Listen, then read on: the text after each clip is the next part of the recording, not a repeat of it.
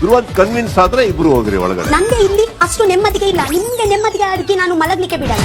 ನೋವು ಆಗ್ತಾ ಉಂಟು ಸರ್. ಎಲ್ಲಾ ಕಡೆ ಬಿಗ್ ಬಾಸ್ ಮನೆಯಲ್ಲಿ ವಾರದ ಕತೆ ಕಿಚನ್ ಇರುತ್ತೆ ಕಾರ್ಯಕ್ರಮ ಶುರುವಾಗಿದೆ. ಸೊ ಮೊಟ್ಟ ಮೊದಲ ಪ್ರೋಮೋ ಈಗಿನ ರಿಲೀಸ್ ಆಗಿದೆ. ಸೊ ಪ್ರೋಮೋದಲ್ಲಿ ಈಗ ಸೀಕ್ರೆಟ್ ರೂಮ್ ಅಲ್ಲಿ ಇರುವಂತಹ ಧ್ರುವಂತ್ ಮತ್ತೆ ನಮ್ಮ ರಕ್ಷಿತಾ ಅವರ ಜೊತೆಯಲ್ಲಿ ಸುದೀಪ್ ಅವರು ಸ್ವಲ್ಪ ಕಾಮಿಡಿಗಳನ್ನ ಮಾಡಿದ್ದಾರೆ. ಅದರ ಜೊತೆಗೆ ರಕ್ಷಿತಾ ಅವರು ತನಗೆ ಆಗ್ತಾ ಇರುವಂತಹ ತೊಂದರೆಯನ್ನ ಸ್ವಲ್ಪ ಸುದೀಪ್ ಅವ್ರ ಹತ್ರ ಹಂಚ್ಕೊಂಡಿದ್ದಾರೆ. ಅದೇನಂತ ಹೇಳಿದ್ರೆ, ಸುದೀಪ್ ಸರ್, ಈ ಧ್ರುವಂತ್ ಅವರು ಇದಾರಲ್ಲ, ನೀವು ಬಂದಾಗ ಮಾತ್ರ ನಕ್ಕೋತಾ ಇರ್ತಾರೆ, ನೀವು ಹೋದ ಕೂಡಲೇ ಇವರ ಮುಖ ಹೀಗೆ ಇರುತ್ತೆ ಅಂತ ಹೇಳಿ ಅವರ ರೀತಿ ಮುಖವನ್ನ ಆಕ್ಷನ್ ಮಾಡಿ ತೋರಿಸ್ತಾರೆ.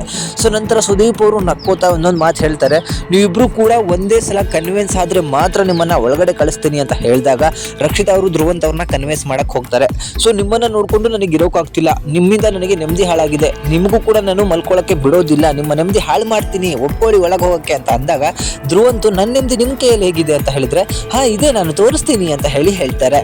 ಆಗ ಸುದೀಪ್ ಅವರಿಗೆ ಸಿಕ್ಕಾಪಟ್ಟೆ ನಗು ಬರುತ್ತೆ. ಆಗ ಸುದೀಪ್ ಅವರು ಹೇಳ್ತಾರೆ, ನೀವು ಕನ್ವಿನ್ಸ್ ಆಗಿಲ್ಲ ಅಂದ್ರೆ ನಾನು ಒಳಗೆ ಕಳ್ಸಲ್ಲ ಅಂತ ಹೇಳಿ. ಸಾರ್, ನನಗೆ ಇಲ್ಲಿ ನೋವ್ತಾ ಉಂಟು ಅಂತ ಹೇಳಿ ಅವರು ತಲೆಯನ್ನ ತೋರಿಸ್ತಾರೆ. ಆಗ ಸುದೀಪ್ ಅವರು ರಕ್ಷಿತನ್ಗೆ, ನಿನಗೆ ಅಲ್ಲಿ ಮಾತ್ರ ನೋವ್ತಾ ಉಂಟಮ್ಮ, ನನಗೆ ಎಲ್ಲೆಲ್ಲೋ ನೋವ್ತಾ ಉಂಟು, ನೀವು ಹೀಗೆ ಜಗಳ ಆಡ್ತಿರೋದು ನೋಡಿದ್ರೆ ನನಗೆ ಸಿಕ್ಕಾಪಟ್ಟೆ ಎಂಟರ್ಟೈನ್ಮೆಂಟ್ ಆಗ್ತಾ ಇದೆ, ನೀವು ಇಲ್ಲೇ ಇರ್ರಿ ಅಂತ ಹೇಳ್ತಾರೆ. ಸೊ ಹೀಗೆ ಮೊದಲ ಪ್ರೋಮೋನ ಎಂಜಾಯ್ಮೆಂಟ್ ಆಗಿ ಅಥವಾ ಏನು ಕಾಮಿಡಿ ಆಗಿ ಬಿಟ್ಟಿದ್ದಾರೆ. ಸೊ ನಿಮಗೆ ಗೊತ್ತಿರ್ಬೋದು, ಈ ವೀಕಲ್ಲಿ ಯಾವುದೇ ರೀತಿಯಾದಂತಹ ವೋಟಿಂಗ್ ಲೈನ್ಗಳು ಓಪನ್ ಆಗಿರಲಿಲ್ಲ. ಸೊ ಮನೆಯಲ್ಲಿ ವಾರ ಪೂರ್ತಿ ಟಾಸ್ಕ್ಗಳು ನಡೆದು ಅದರಲ್ಲಿ ಎಲಿಮಿನೇಟ್ ಆಗಲಿಕ್ಕೆ ಅಥವಾ ನಾಮಿನೇಟ್ಗಳನ್ನು ಕೂಡ ಮಾಡಿದ್ರು. ಆ ನಾಮಿನೇಟ್ನ ಯಾರೂ ಕೂಡ ಇವತ್ತು ವೋಟ್ಗಳನ್ನು ಹಾಕಿಲ್ಲ. 2 ವಾರದಿಂದ ಯಾರೂ ಕೂಡ ಎಲಿಮಿನೇಟ್ ಆಗದೆ ಇರೋ ಕಾರಣದಿಂದಾಗಿ ಈ ವಾರ ಇಬ್ರು ಮನೆಯಿಂದ ಆಚೆ ಹೋಗೋದು ಕನ್ಫರ್ಮ್ ಅಂತಾನೂ ಹೇಳಲಾಗ್ತಾ ಇದೆ. ಅವ್ರು ಯಾರಿಬ್ರು ಅಂತ ಹೇಳಿ ನಿಮಗೆ ಖಂಡಿತವಾಗಿ ಗೊತ್ತಿರುತ್ತೆ. ವೈಲ್ಡ್ ಕಾರ್ಡ್ ಎಂಟ್ರಿಯಲ್ಲಿ ಬಂದಿರುವಂತಹ ರಜತ್ ಮತ್ತೆ ಚೈತ್ರ ಅಂತಾನೂ ಕೂಡ ಹೇಳಲಾಗ್ತಾ ಇದೆ.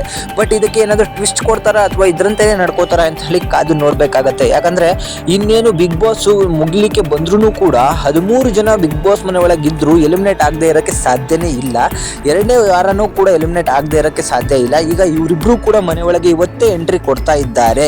ಸೊ ಇವರನ್ನ ಆ ಮನೆ ಒಳಗೆ ಕೂರಿಸ್ಕೊಂಡೆ ಇವರಿಗೆ ಈಗ ಕಿಚನ್ ಪಂಚಾಯಿತಿಯನ್ನು ನಡೆಸಲಾಗತ್ತೆ. ಸೊ ಮನೆಯಲ್ಲಿ ಎಲ್ರಿಗೂ ಕೂಡ ಆಲ್ಮೋಸ್ಟ್ ಗೊತ್ತಿದೆ ರಕ್ಷಿತಾ ಅವರು ಹೋಗಿಲ್ಲ ಅಂತ.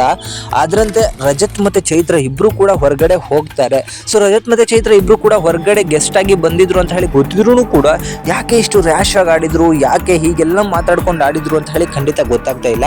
ಬಟ್ ಇಲ್ಲಿ ಏನಾದರೂ ಟ್ವಿಸ್ಟ್ಗಳನ್ನು ಕೂಡ ಕೊಡಬಹುದು. ಬಟ್ ಏನೇ ಆಗಲಿ, ಸೀಕ್ರೆಟ್ ರೂಮಲ್ಲಿ ಇದ್ದಂತಹ ಧ್ರುವಂತ್ ಮತ್ತು ರಕ್ಷಿತಾ ಜನಗಳಿಗೆ ಸಿಕ್ಕಾಪಟ್ಟೆ ಎಂಟರ್ಟೈನ್ಮೆಂಟ್ ಅನ್ನು ಕೊಟ್ಟಿದ್ದಾರೆ. ಇವರಿಬ್ಬರ ಜಗಳ ಅಂತೂ ಜನಗಳಿಗೆ ತುಂಬ ತುಂಬ ಖುಷಿ ಕೊಡ್ತು ಅಂತ ಹೇಳಿ ನನಗೆ ಅನ್ನಿಸ್ತು. ಯಾಕಂದರೆ ನನಗೂ ಕೂಡ ವೈಯಕ್ತಿಕವಾಗಿ ಇವರಿಬ್ಬರು ಜಗಳ ತುಂಬ ಚೆನ್ನಾಗಿತ್ತು. ಒಳ್ಳೆ ಟಾಸ್ಕ್ಗಳನ್ನು ಸಖತ್ತಾಗಿ ಆಡಿಸಿದ್ರು ಈ ವಾರ ಪೂರ್ತಿ ಅಂತಲೂ ಕೂಡ ಅನ್ನಿಸ್ತು. ಸೊ ಸೀಕ್ರೆಟ್ ರೂಮ್ ಟಾಸ್ಕ್ ಮತ್ತೆ ರಿಟರ್ನ್ ಬಂದಿದ್ದು ನಿಮಗೆಲ್ಲ ಹೇಗೆ ಅನ್ನಿಸ್ತು ಅಂತ ಹೇಳಿ ನನಗೆ ಕಮೆಂಟ್ ಮುಖಾಂತರ ತಿಳಿಸಿ. ಹಾಗೆ ವಿಡಿಯೋಗೊಂದು ಲೈಕ್, ಶೇರ್, ಸಬ್ಸ್ಕ್ರೈಬ್ನ ಮಾಡೋದನ್ನು ಮರಿಬೇಡಿ. Thank you.